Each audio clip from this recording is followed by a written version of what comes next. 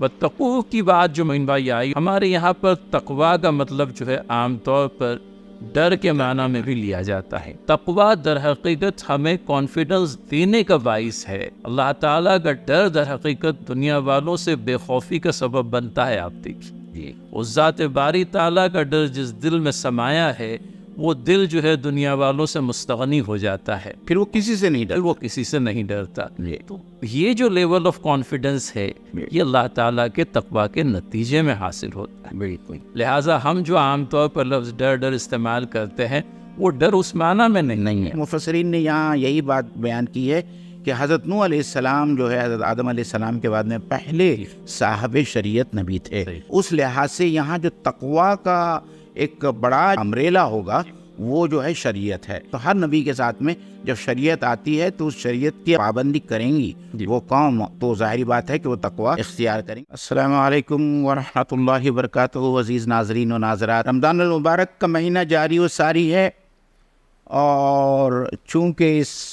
مہینے کی فضیلت کی نسبت قرآن مجید سے ہے، جب تک ہم قرآن مجید کا حق ادا نہیں کرتے اس وقت تک اس مہینے کا بھی حق ادا نہیں ہوگا۔ آج انشاءاللہ تعالیٰ آپ کی خدمت میں ہم سورہ نوح لے کر آئے ہیں، اس کی تفسیر بیان کی جائیں گے۔ میرا ساتھ دینے کے لیے علی جناب فیصل قاضی صاحب وکیل صاحب موجود ہے۔ السلام علیکم ورحمۃ اللہ وبرکاتہ۔ تو سب سے پہلے ہم اس سورہ کی کچھ آیات کی تلاوت کرتے ہیں، پھر انشاءاللہ تعالیٰ اس سورہ کا شان نزول اور حضرت نوح علیہ السلام سے متعلق جو باتیں اس سورہ میں آئی ہیں وہ آپ کے سامنے رکھی جائیں گے۔ اعوذ باللہ من الشیطان الرجیم، بسم اللہ الرحمن الرحیم۔ انا ارسلنا نوحا الی قومہ ان انذر قومک من قبل ان یأتیہم عذاب علیم۔ ہم نے بھیجا نوح کو اس کی قوم کی طرف کہ وہ انہیں ڈرائے، کہ وہ اپنی قوم کو ڈرائے، اس سے قبل، من قبل ان یأتیہم عذاب علیم، اس سے قبل کہ ایک بہت ہی خطرناک دردناک عذاب ان کو آن لے، پکڑ لے۔ تو محترم ناظرین، آیت جو ہے بالکل اس انداز سے شروع ہوئی ہے، گویا کہ عذاب بس آیا چاہتا ہے، اور اتمام حجت کے لیے اللہ تعالیٰ نے اپنی سنت کے عین مطابق قوم نوح علیہ السلام پر حضرت نوح علیہ السلام کی بعثت فرمائی۔ آگے بڑھنے سے پہلے کچھ حالات اس قوم کے جن میں نبینا حضرت نوح علیہ السلام کی بعثت ہوئی ہم لوگ جانتے چلیں۔ بنی نوع انسان کی جو معلوم تاریخ ہے اس میں حضرت آدم علیہ السلام کے بعد میں جس جلیل القدر نبی علیہ السلام کا ہمیں تذکرہ ملتا ہے وہ حضرت نوح علیہ السلام ہے۔ پتہ یہ چلتا ہے کہ حضرت آدم علیہ السلام کے زمانے میں جو نظام صالح آپ کی کوششوں کے ذریعے سے تعمیر ہوا تھا، وہ نظام صالح وقت گزرنے کے ساتھ میں جیسا کہ انسانی تاریخ کا وتیرہ رہا ہے، بگاڑ کا شکار ہوا، اور اس بگاڑ کی انتہا معلوم ہوتا ہے حضرت نوح علیہ السلام کے وقت میں ہو گئی، اور اس بگاڑ کو صحیح کرنے کے لیے انسانوں کو ایک مرتبہ پھر اللہ تعالیٰ کی بتلائی ہوئی سیدھی راہ پر واپس لانے کے لیے سنت الہی کے عین مطابق حضرت نوح علیہ السلام کی بعثت ہوتی ہے۔ اب یہ جان لینا چاہیے کہ وہ نظام صالح جو حضرت آدم علیہ السلام کے زمانے میں یوں کہہ لیجئے کہ وجود میں آیا تھا، اس میں بگاڑ کیسے آیا اور بگاڑ کے آنے کی وجوہات کیا رہی۔ حضرت آدم علیہ السلام کے تعلق سے ہمارا عقیدہ کہ آپ علیہ السلام اس زمین پر بھیجے جانے والے پہلے انسان اور پہلے نبی بھی، اور آپ علیہ السلام کے ذریعے سے، آپ کی ذریت کے ذریعے سے بنی نوع انسان زمین میں پھیلتے چلے گئے۔ حضرت آدم علیہ السلام جس دین کے ساتھ میں اس دنیا میں تشریف لائے وہ اللہ تعالیٰ کا پسندیدہ دین اسلام، اور اسی دین پر انہوں نے اپنے اس صالح معاشرے کی تعمیر کی۔ لیکن وقت گزرنے کے ساتھ میں توحید خالص جس عقیدے کے ساتھ میں حضرت آدم علیہ السلام کی بعثت ہوئی اور نظام زندگی کو جس عقیدے پر انہوں نے استوار کیا تھا، وہ اپنی اصل پر باقی نہیں رہا یا اپنی اصل پر قائم نہیں رہ پایا، کیونکہ وہ بنیادی جہل، وہ انسانوں کے اندر میں پائی جانے والی ایک بہت پرانی خرد اور نظام توحید کے علی الرغم اللہ تعالیٰ کو ماننے والی تھی حضرت نوح علیہ السلام کی قوم، لیکن استحقاق عبادت کے اندر میں اس نے اوروں کو بھی اللہ تعالیٰ کا ساجی قرار دیا تھا۔ گویا کہ شرک والی بات جو ہے قوم نوح علیہ السلام کے اندر بھی پائی جاتی تھی، اور قرآن کریم میں ہمیں ان 5 معبودوں کا نام کے ساتھ میں تذکرہ ملتا ہے جسے قوم نوح علیہ السلام جس کو پوجتی تھی۔ تو یہ وہ حالات ہیں جن میں حضرت نوح علیہ السلام کی بعثت ہوتی ہے۔ ناظرین، یہ بات بھی جان لیجئے کہ شرک اپنے آپ میں ایک ایسے نظام کو یوں کہہ لیجئے کہ پنپنے کا موقع فراہم کرتا ہے جہاں پر مذہب کے ٹھیکیدار انسانی استحصال کا ایک بہت ہی پرفریب جال بنا لیتے ہیں۔ عوام الناس کو پتہ بھی نہیں چلتا کہ وہ اس استحصال کے جال کے اندر میں پھنسے چلے جا رہے ہیں۔ اس جال کی خوبصورتی پر عوام فریفتہ ہوتی چلی جاتی ہے، اور ان کو یوں معلوم پڑتا ہے کہ یہ مذہب کے نام نہاد ٹھیکیدار ہی ان کی نجات کا باعث بن سکتے ہیں۔ انسان کی پیدائش سے لے کر انسان کی موت تک تمام تر انسانی حالات اور معاملات پر مذہب کے ان جھوٹے ٹھیکیداروں کی ایسی زبردست پکڑ ہوتی ہے کہ نہ پیدائش ان کے بغیر ہو سکتی ہے اور نہ موت ان کے بغیر ہو سکتی ہے۔ ہر وقت یہ لوگ اپنی ٹھیکیداری چلانے کے لیے ہر موقع پر حاضر ہیں، اور پھر اس کے بعد میں یوں کہہ لیجئے کہ مذہب کے نام پر جو استحصال انسانوں کا ہوتا آیا ہے، وہ استحصال حضرت نوح علیہ السلام کے زمانے میں بھی تھا، اور حضرت نوح علیہ السلام کی دعوت کی قبولیت کے اندر میں سب سے بڑی رکاوٹ اگر کوئی تھے تو یہ مذہب کے جھوٹے ٹھیکیدار ہی تھے، جنہوں نے عوام الناس پر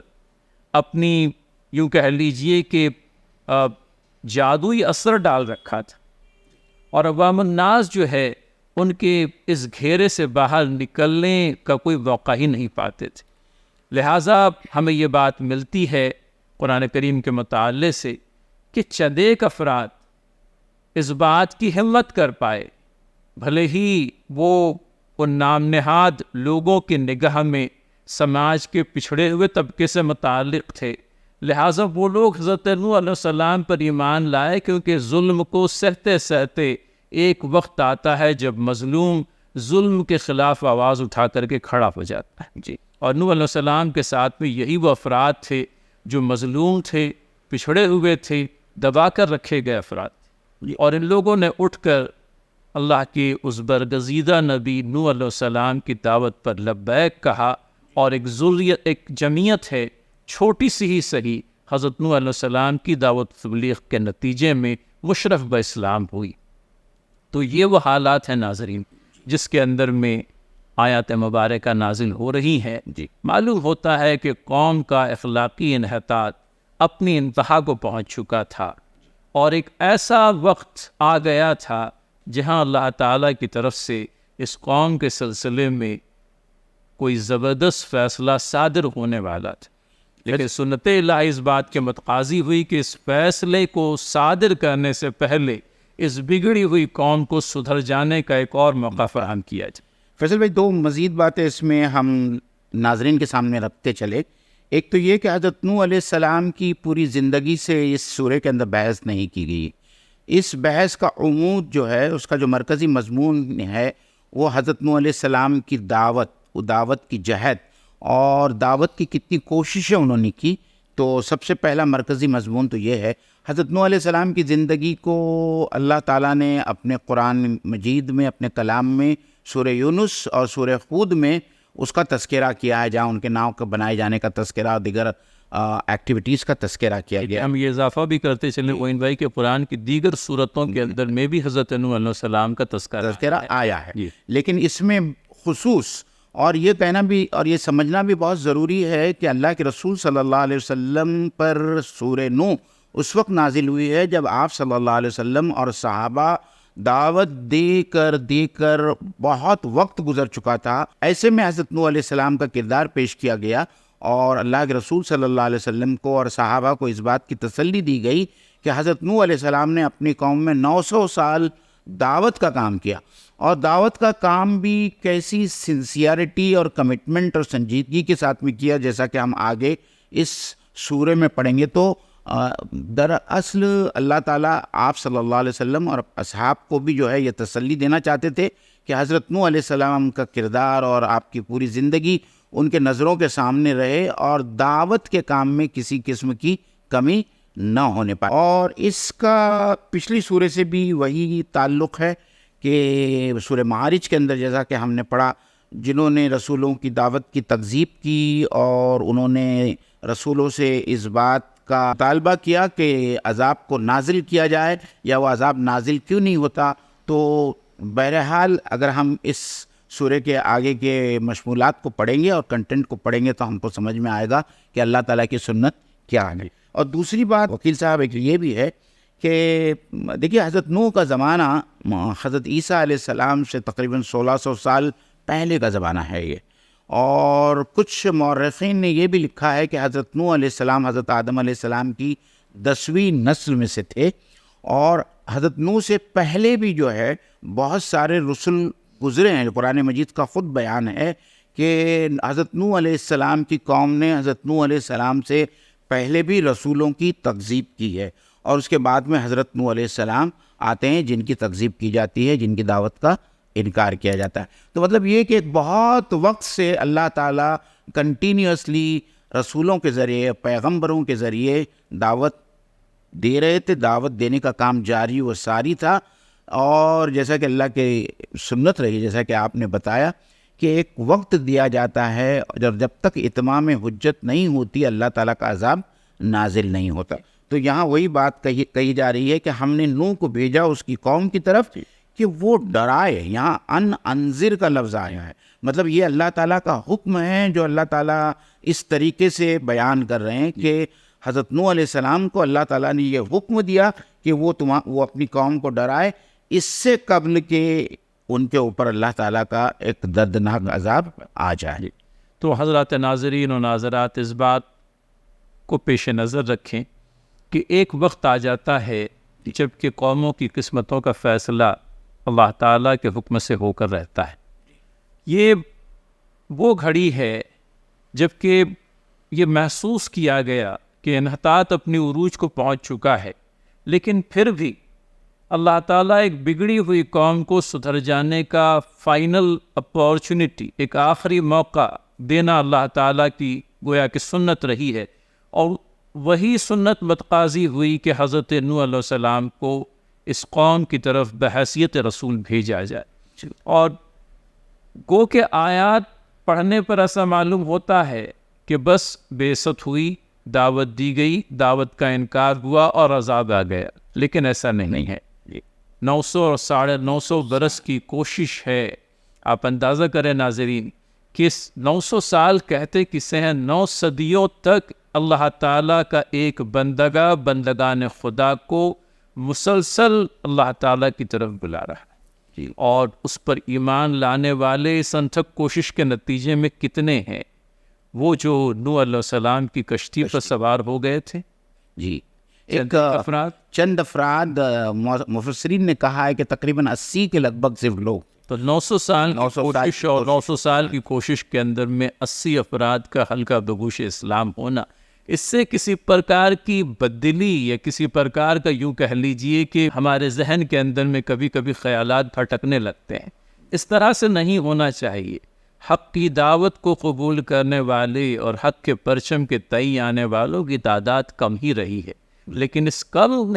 کم نفری نے بھی بڑی بڑی نفریوں پر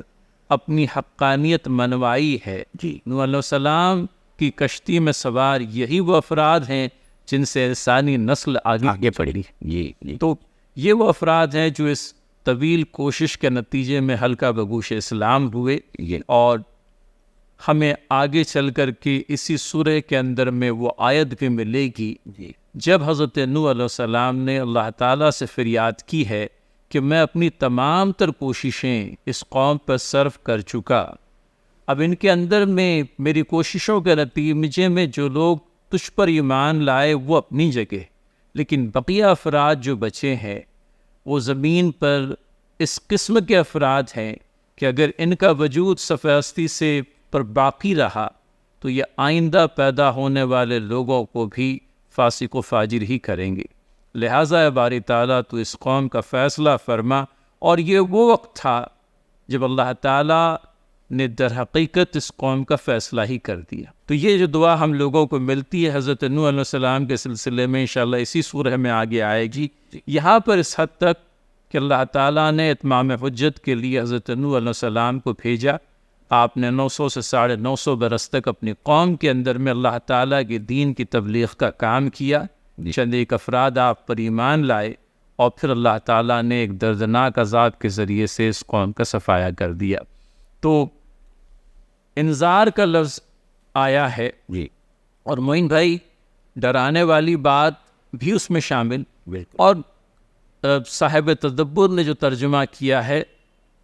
دردناک عذاب کے آنے سے پہلے انہیں ہوشیار کر دیا۔ جی، تو ہوشیار کرنے کا مطلب بھی یہ ہوتا ہے کہ کبھی اپنی یوں کہہ لیجیے کہ تساہل کی بنا پر، کبھی اپنی غفلت کی بنا پر، کبھی اپنی لا علمی کی بنا پر اللہ تعالیٰ کا انکار کیا جاتا ہے۔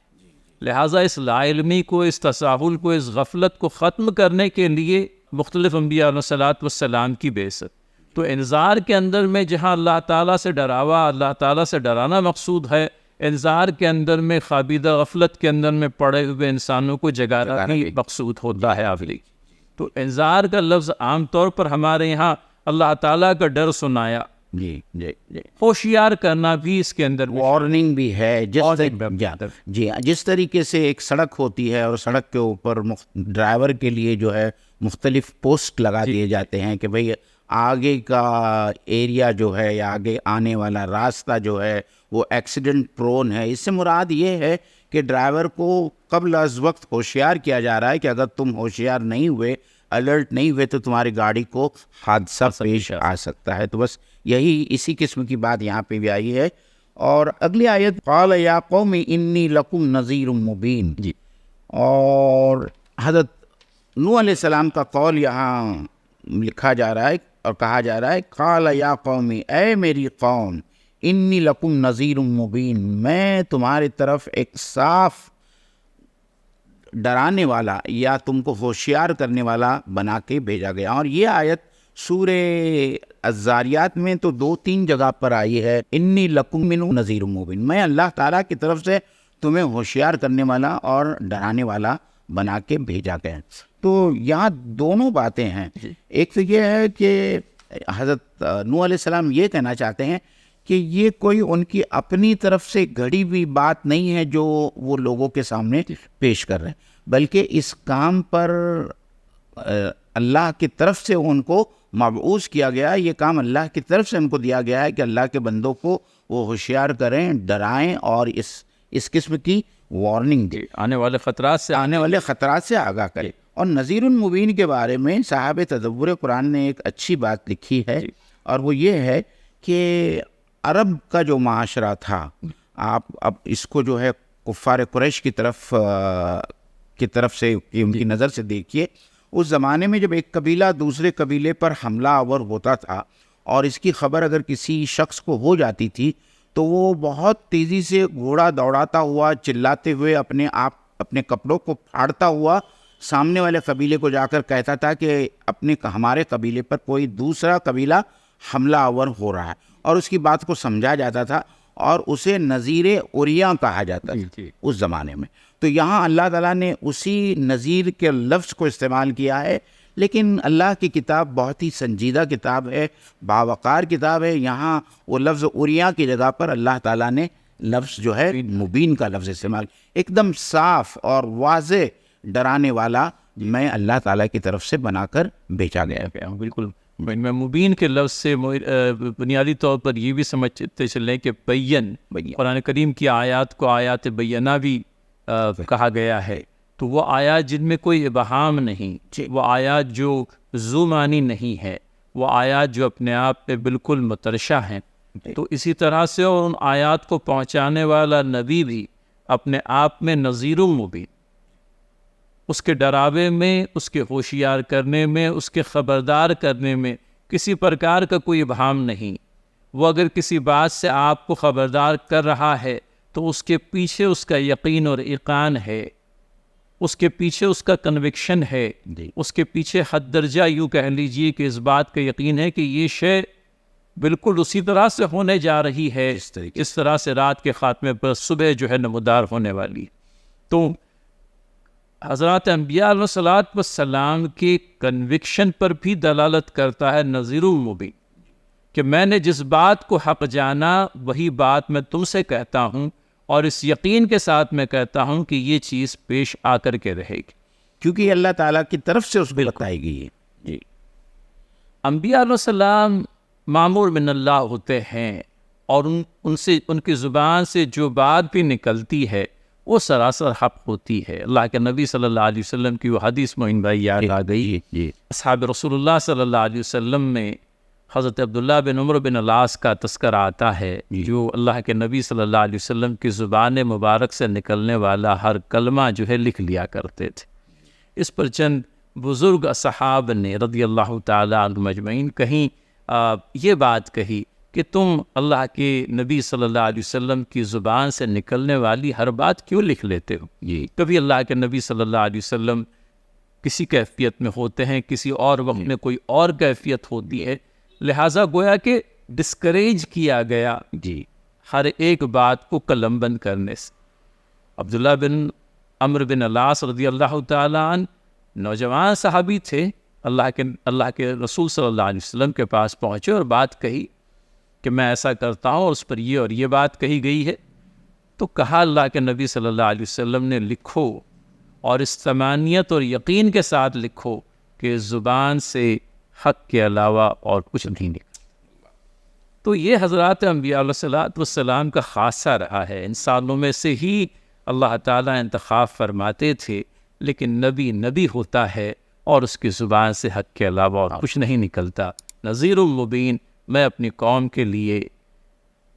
واضح طور پر خبردار کرنے والا، اللہ تعالیٰ کا ڈر سنانے والا، آنے والے حالات کی آگہی دینے والا ایک نبی ہوں. یہ خیر خواہی بھی ہے، یہ اپنی قوم کو دوزخ کے اٹل عذاب سے نکالنے کا یوں کہہ لیجیے کہ انبیائی درد بھی ہے، انبیائی فارمولا بھی ہے. تو کل ملا کر کے 2 آیات یہاں تک ناظرین. اور اب اس دعوت کی طرف، جس دعوت کی طرف حضرت نوح علیہ السلام نے اپنی قوم کو بلایا، آیت نمبر 3 ہے معین بھائی. ارشاد باری تعالیٰ اعوذ باللہ من الشیطان الرجیم ان اعبدوا اللہ واتقوہ واطیعون. 3 اجزاء ہے اس دعوت کے. ان اعبدوا اللہ، اللہ تعالیٰ کی بندگی اختیار کرو، واتقوہ، اور اسی سے ڈرو، واطیعون، اور میری اطاعت کرو. ہے تو 3 اصطلاحیں معین بھائی، لیکن ہر ایک اپنے آپ میں بڑی جامع ہے. اور سب سے پہلی بات جو آئی ہے وہ عبادت، بلا شرکت غیر اللہ تعالیٰ کی عبادت. اور عبادت کے اندر میں اللہ تعالیٰ کی بندگی بھی اور اللہ تعالیٰ کی اطاعت بھی. تو اطاعت جو ہے معاملات میں، زندگی کے مختلف معاملات کے اندر میں اللہ تعالیٰ کے احکامات اور فرامین کی اطاعت، اور جہاں تک بندگی کا تعلق ہے اس بندگی کے اندر میں اللہ تعالیٰ کی پرستش، اللہ تعالیٰ کی بندگی بلا شرکت غیر. عبادات کے اندر میں وہ فرائض بھی شامل کر لیں، عبادات کے اندر میں سنن کو بھی شامل کر لیں، نوافل اور واجبات کو بھی. ہر ایک کا اپنا ایک مقام ہے. تو کہیں ڈاکٹر اسرار صاحب نے اپنی گفتگو کے اندر میں ان باتوں کو لایا کہ یہاں جو لفظ عبادت آئی ہے، اللہ تعالیٰ کی عبادت کریں، تو اس میں پرستش اور بندگی یہ دونوں باتیں جو ہے شامل ہیں. اور اللہ تعالیٰ کی عبادت کا بھرپور حق ادا کریں اللہ تعالیٰ کے تمام تر بندے. تو ان اعبدوا اللہ یہ سب سے پہلا دعوت کا جز ہے. تمام تر انبیائی دعوتوں کو اگر آپ دیکھیں، بلکہ تمام تر انبیائی دعوتوں کو کہنا غلط ہوگا، انبیاء علیہ الصلوۃ والسلام جتنے بھی روئے زمین پر آئے سب کی دعوت کو دیکھ لیں، دو اجزاء آپ کو جو ہے کامن ملیں گے، ان اعبدوا اللہ واجتنبوا الطاغوت، اللہ تعالیٰ کی بندگی اختیار کریں اور طاغوت سے اجتناب برتیں۔ تو یہاں پر سب سے پہلی بات حضرت نوح علیہ السلام بھی فرستادہ رسول، جی حضرات انبیاء کی جو سلسلہ وار کڑی ہے، جو یوں کہہ لیجئے کہ ایک چاندی کی زنجیر کہہ لیں، تو اس کے اندر میں ایک کڑی، اور آپ نے بھی اپنی دعوت کا آغاز اللہ تعالیٰ کی طرف بلانے سے کیا۔ ان اعبدوا اللہ کے اندر میں جہاں اللہ وحدہ لا شریک کی عبادت اور بندگی اور پرستش کی بات، وہیں پر غیر اللہ سے تمام تر بندگان خدا کو کاٹنے والی بات بھی شامل ہے۔ بہرحال تو معین بھائی اگر اس میں مزید کچھ اضافہ اور وصفہ اور عطیون کا اگر آپ حق ادا کریں۔ جی جی، ان اعبدوا اللہ میں جب آپ نے ڈاکٹر اسرار کا نام لیا ہی ہے، تو میں یہ کہتا چلوں کہ توحید خالص کے سلسلے میں اگر آپ ڈاکٹر اسرار صاحب کے وہ تمام بیانات سن لیں، جس میں شرک فی العبادت، شرک فی الصفات اور شرک فی الدعا، اس پر انہوں نے بہت مفصل گفتگو کی ہے کہ عبادت سے مراد صرف یہ نہیں ہے کہ ہم نماز پڑھیں اللہ کے لیے، اس میں اللہ کے ذات کے ساتھ میں کسی اور کو شریک کرنا یہ بھی اس کے خلاف ہے، پھر اللہ تعالیٰ کی صفات میں کسی اور انسان کو، کسی اور ہستی کو شریک کرنا یہ بھی جو ہے توحید کے منافی ہے، اور اس کے ساتھ میں اللہ کے علاوہ کسی اور سے دعا مانگا جائے یہ بھی توحید کے خلاف ہے، اور پھر یہ کہ اللہ کے ساتھ میں اللہ کی عبادت اس طریقے سے کی جائے کہ اللہ تعالیٰ سے سب سے زیادہ محبت بھی کی جائے، اسی سے ڈرا بھی جائے، لیکن اسی سے توقع بھی رکھی جائے، اس کے سامنے اپنے آپ کو ذلیل اور خوار کیا جائے اور اسی کو بلند اور بالا تسلیم کیا جائے۔ یہ تمام عبادت اور پرستش کے مختلف اجزاء ہیں جو ڈاکٹر اسرار صاحب نے بخوبی جو ہے اپنے دروس ہے اس کے اندر یہ کیا ہے۔ وَاتَّقُوهُ جو ہے تقویٰ سے بنا ہے، اور تقویٰ کی معنی ہوتی ہے ایسے ہر اس کام سے بچ جانا جس سے اللہ تعالیٰ جو ہے ناراض ہو جاتے ہیں۔ تو تقویٰ کی یہی صحیح معنی ہے جو حضرت عمر نے ان کا اثر جو ملتا ہے اس میں انہوں نے یہی بتایا ہے کہ ہم اپنی زندگی کے راستے پر ہم اس طریقے سے چلیں کہ ہم سے کوئی کام ایسا سرزد نہ ہو جس کی وجہ سے اللہ تعالیٰ ہم سے ناراض ہو۔ تو اللہ تعالیٰ کی ناراضگی سے بچنا یہ وہ خوف ہے جس خوف کو جو ہے ہم تقویٰ کے نام سے یاد کرتے ہیں، جس کو گاڈ کانشیسنس یا گاڈ کانشیسنس بھی کہتے ہیں۔ ہر دم ہمارے نزدیک، ہمارے دل میں اللہ تعالیٰ کا یہ لحاظ اور یہ خیال ہونا چاہیے کہ اگر میں ایسا کوئی کام کرتا ہوں تو اللہ تعالیٰ مجھ سے ناراض ہو جائیں گے۔ تو اللہ تعالیٰ کی ناراضگی سے ڈرنا وہ ڈر ہے، وہ خوف ہے جسے تقویٰ کا نام دیا گیا۔ اور مفسرین نے یہاں یہی بات بیان کی ہے کہ حضرت نوح علیہ السلام جو ہے حضرت آدم علیہ السلام کے بعد میں پہلے صاحب شریعت نبی تھے، تو اس لحاظ سے یہاں جو تقویٰ کا ایک بڑا جو یہ ہوگا امبریلا ہوگا وہ جو ہے شریعت ہے، یعنی نبی کے ساتھ احکام شریعت کی پابندی کرنا۔ ایک دم صاف الفاظ میں آپ نے اس کو الیبوریٹ کیا کہ احکام شریعت کی پابندی کرنا۔ تو ہر نبی کے ساتھ میں جب شریعت آتی ہے تو اس شریعت کی اب پابندی کریں گی وہ قوم، تو ظاہری بات ہے کہ وہ تقویٰ اختیار کریں گے۔ وہ اطیعون رسالت کا پیغام ہے، میری اطاعت میں اس لیے کر رہا ہوں، بول رہا ہوں کہ میں اللہ تعالیٰ کا نبی ہوں۔ اور قرآن مجید میں متعدد جگہ پہ یہ آیا ہے کہ چونکہ نبی اللہ تعالیٰ کی طرف سے مبعوث کیا جاتا ہے، تو جس نے نبی کی اطاعت کی اس نے اللہ تعالیٰ کی اطاعت کی۔ تو اسی معنوں میں یہاں ان سے کہا جا رہا تھا کہ آپ میری اطاعت کریں اگر آپ جاننا چاہتے ہیں کہ اللہ تعالیٰ کو کس طریقے سے راضی کرنا چاہیے اور کس طریقے سے عذاب کو ٹالا جا سکتا ہے اور کس طریقے سے جہنم سے بچا جا سکتا ہے، تو اس کے لیے ضروری ہے کہ آپ میری اطاعت کریں۔ موین بھائی ایک اور مقام پر غالباً سورہ ہود میں I am subject to correction, لیکن حضرت نوح علیہ السلام کے تعلق سے یہ بات آئی ہے کہ مجھے اللہ تعالیٰ کی طرف سے وہ کچھ حاصل ہے جو اے سرداران قوم تمہیں حاصل نہیں ہے، لہٰذا بہرحال نبی چونکہ معمور من اللہ ہے اور نبی جو ہے ٹھیٹ اللہ تعالیٰ کی طرف سے ہدایات پاتا ہے، لہٰذا نوح علیہ السلام نے اگر اپنی قوم سے یہ بات کہی کہ مجھے وہ علم حاصل ہے جو اللہ تعالیٰ نے خصوصیت کے ساتھ میں مجھے ہی عنایت کیا ہے، لہٰذا میں اس علم کی بنا پر تم سے اپنے اطاعت کا طالب ہوں کہ میری اطاعت جیسا کہ اس بات کو کم از کم 2 سے 3 مرتبہ دہرایا گیا کہ نبی کے اطاعت در حقیقت اللہ تعالیٰ کی اطاعت ہے۔ واتقوہ کی بات جو معین بھائی آئی اور ماشاءاللہ خاص ایلابریشن کے ساتھ میں آئی، ہمارے یہاں پر تقویٰ کا مطلب جو ہے عام طور پر ڈر کے معنی میں بھی لیا جاتا ہے، البتہ اس کی جو مختلف جہتیں ہیں اس لفظ کی، اس کے اندر میں گاڈ کانشیسنس یہ بھی اپنے آپ میں تقویٰ کے ترجمے کے اندر میں آتا ہے۔ ناظرین ایک بات کا خیال رکھیں کہ ڈر جس بار بار جب یہ لفظ دہرایا جاتا ہے تو کہیں آدمی جو ہے اپنے کانفیڈنس کو لیک کرتا ہوا محسوس کرتا ہے۔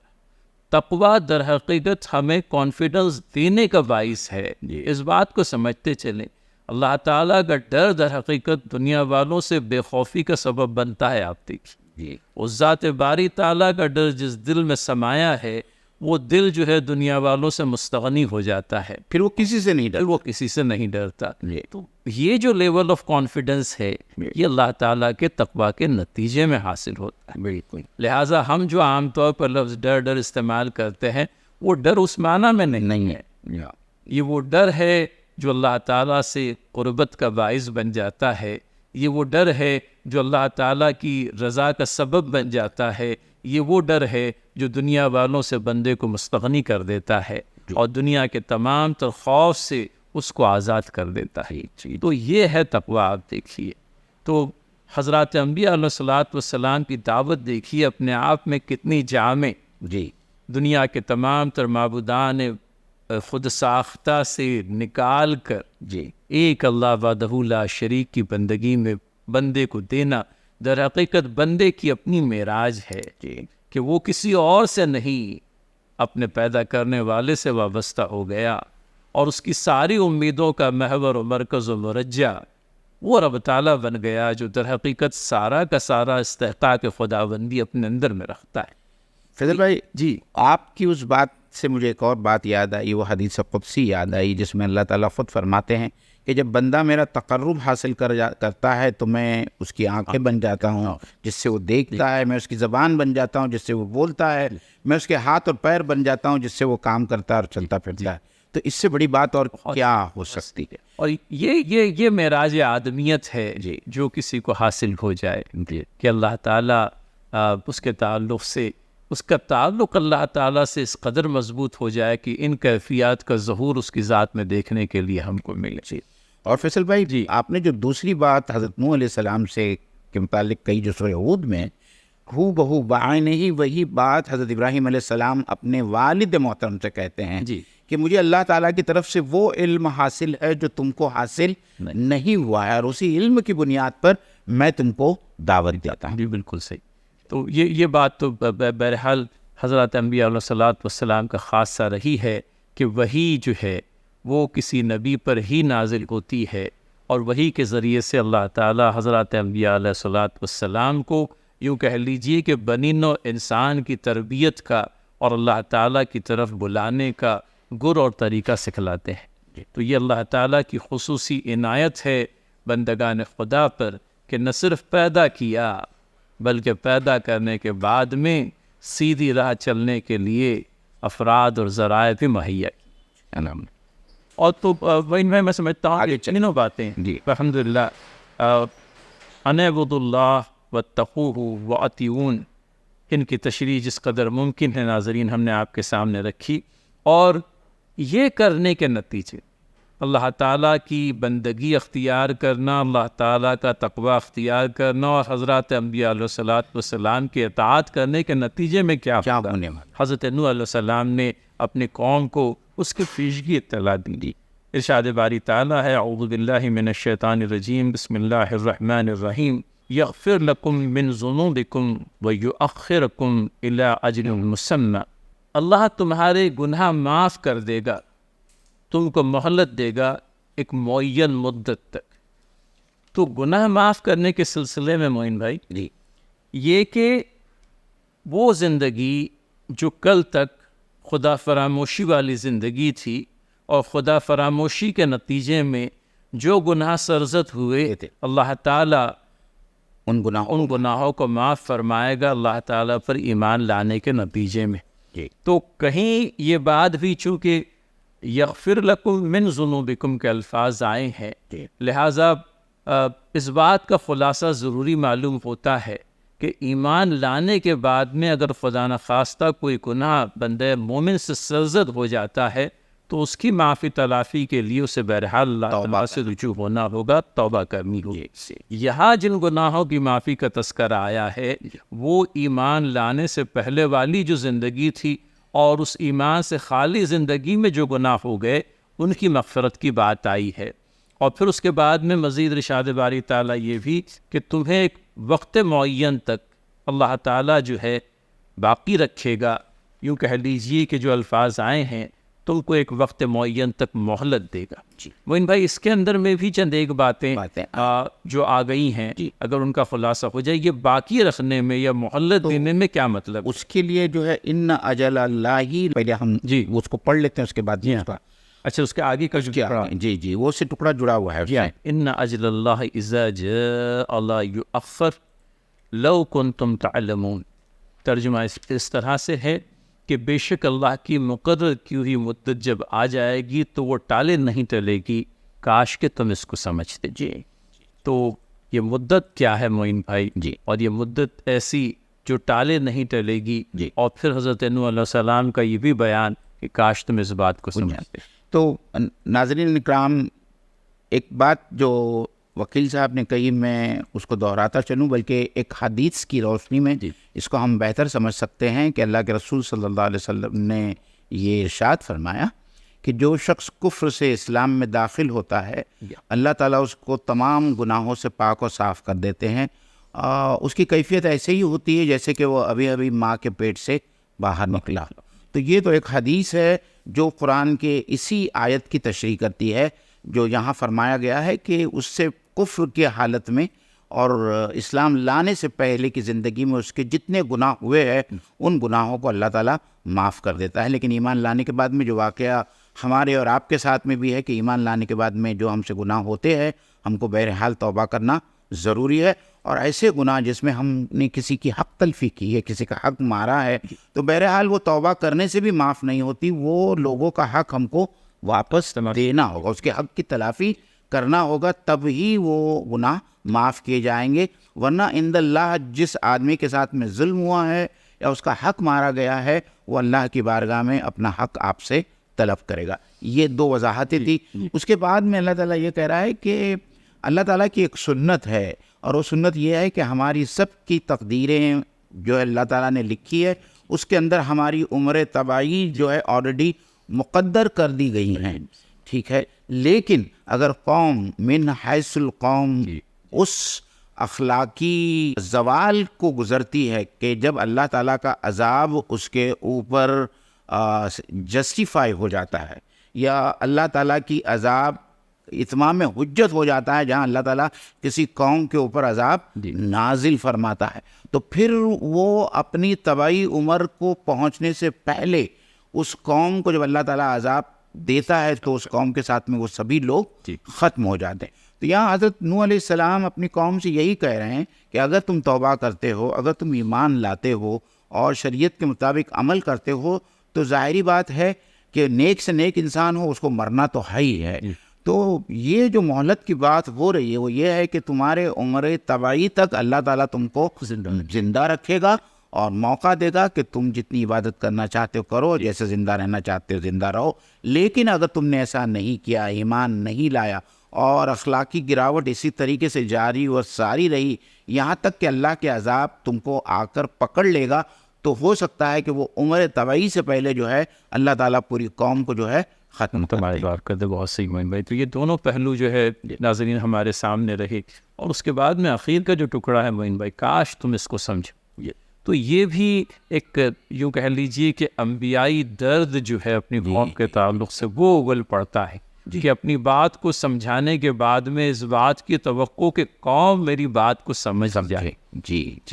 کہ تمہاری طبعی موت کے واقع ہونے سے پہلے کہیں فاسقوں اور فاجروں کی طرح تم نہ ہو جاؤ، فسق و فجور میں مبتلا ہو کر کے اللہ تعالیٰ کے غضب کو دعوت نہ دو۔ اللہ تعالیٰ تو یہ چاہتا ہے کہ اپنے فضل خاص سے تمہیں اس طبعی مدت تک، تمہاری طبعی موت کے آنے تک زندہ رکھیں۔ اور جی مولانا حضرت نوح کے بارے میں فیصل بھائی یہ بھی تو دیکھیں نا جی کہ ہم اگر ان آیتوں کو سورہ ہود اور سورہ یونس کی آیتوں کے ساتھ میں ملا کر ہم پڑھیں تو یہ بات سمجھ میں آتی ہے کہ اللہ تعالیٰ نے حضرت نوح کو کشتی بنانے کا حکم تو دے ہی دیا تھا. جی تو حضرت نوح جانتے تھے کہ یہ عذاب بس اب آیا ہی چاہتا ہے اور اس عذاب سے صرف وہی لوگ بچیں گے جو مجھ پر ایمان لائیں گے اور میرے ساتھ کشتی میں سوار ہوں گے. تو یہ جو درد ہے نا یہ وہ درد وہاں سے آ رہا ہے. وہ جان رہے ہیں کہ اللہ تعالیٰ کا عذاب آیا چاہتا ہے کیونکہ اللہ تعالیٰ حضرت نوح علیہ السلام کو کشتی بنانے کا حکم دے چکے تھے. اور جب وہ کشتی بنا رہے تھے تو لوگ ان کے آس پاس سے گزرتے تھے اور ان کا مذاق اڑاتے تھے. تو ظاہری بات ہے کہ ان کا درد اور زیادہ بڑھ جاتا تھا کہ یہ لوگ آج میرا مذاق اڑا رہے ہیں, کل اللہ تعالیٰ کا جب عذاب آئے گا تو یہ اس عذاب کا شکار ہو جائیں گے اور اپنی طبعی موت سے پہلے جو ہے اس عذاب کا مریں گے. جی اور وہی لوگ بچنے والے ہیں جو میری دعوت پر ایمان لانے والے ہیں اور میرے ساتھ کشتی میں سوار ہونے والے. تو یہاں یہ لو کنتم تعلمون جو ہے اس کو درشاتا ہے کہ کاش کہ یہ لوگ جانتے کہ کچھ دنوں کی یہ مہمان ہے اگر انہوں نے میری دعوت پر ایمان نہیں. تو ناظرین یہاں تک کہ ابتدائی 4 آیات اپنے اختتام کو پہنچتی ہیں جی اور ان 4 آیات کے اندر میں گویا کہ افتتاحی باتیں سورہ کے تعلق سے آئی ہے. نوح علیہ السلام آپ کی بعثت کی غرض اور اس کے بعد میں نوح علیہ السلام نے کس طرح سے اپنی قوم کے ساتھ میں خیر خواہی کا حق ادا کرتے ہوئے اللہ تعالیٰ کا ڈر ان کو سنایا, اللہ تعالیٰ کی بندگی کی دعوت دی, اللہ تعالیٰ کی مقرر کردہ حدود و قیود کی پابندی کرنے کی بات کہی, اور یہ کہ چونکہ میں اللہ تعالیٰ کا فرستادہ ہوں میری اطاعت کروں. اور میری اطاعت کے اندر میں معین بھائی یہ بات بھی شامل ہے کہ اس وقت جو سماج کے کیوں کہہ لیجئے کہ چودھری بنے بیٹھے تھے اور جو لوگوں سے زبردستی اپنی اطاعت کروا رہے تھے ان کی اطاعت سے برگشتہ ہو کر تم جو ہے فرستادہ رب تعالیٰ کی حیثیت سے میری اطاعت کرو, اور پھر اس کے نتیجے میں یہ ہوگا کہ اللہ تعالیٰ تمہارے پچھلے گناہوں کو معاف فرمائے گا, اس زمین پر تمہیں مہلت دے گا اور تمہاری طبعی موت کے آنے تک تمہیں یہاں باقی رکھے گا. لیکن اگر فسق و فجور کو ہی تم نے اپنے لیے پسند کیا تو مبتلا عذاب بھی ہو سکتے ہو. میں اس بات سے تمہیں آگاہ کرتا ہوں, کاش کہ تم سمجھو. یہ کل ملا کر کے 4 آیات ٹو بگن وتھ, اور انشاءاللہ العزیز تذکرہ نوح علیہ السلام. اللہ تعالیٰ کے حضور آپ کی دعا اور آپ کی سفارش, آپ کی یوں کہہ لیجئے کہ کارگزاری اپنی امت کے تعلق سے, یہ ساری ہی تفصیلات ہمیں اس سورہ کے اندر میں انشاءاللہ العزیز ملے گی, اور قرآن کے دیگر مقامات سے بھی استفادہ کرتے ہوئے اپنی بات کو مکمل کرنے کی ہم کوشش کریں گے. ناظرین آپ آج کے اس پروگرام میں ہمارے ساتھ شامل ہیں اور ہماری حوصلہ افزائی کا ہمیشہ سے سبب بنتے رہے ہیں. ہم آپ سبھی کے حق میں خیر و بہتری کے لیے دعا گو ہے. ماہ سیام میں اپنی خصوصی دعاؤں میں ہمیں بھی صرف ہمیں بلکہ امت کے تمام تر افراد کو, اپنے فلسطینی بھائیوں اور بہنوں کو یاد رکھیں اور اللہ تعالیٰ سے ان کی فتح اور نصرت کی دعا کریں. آمین یا رب العالمین. وآخر دعوانا الحمد للہ رب العالمین, والسلام علیکم ورحمۃ اللہ وبرکاتہ.